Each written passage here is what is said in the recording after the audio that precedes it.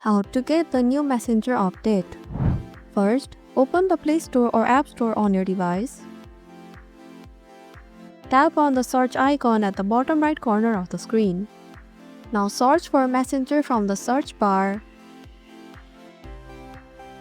Click on the Messenger option. Here, you can find an update button if there are new updates. Tap on it. If not, you will see the open button. You can get a new update notification from the Messenger app or automatically update it. To enable these features, head to the Messenger app.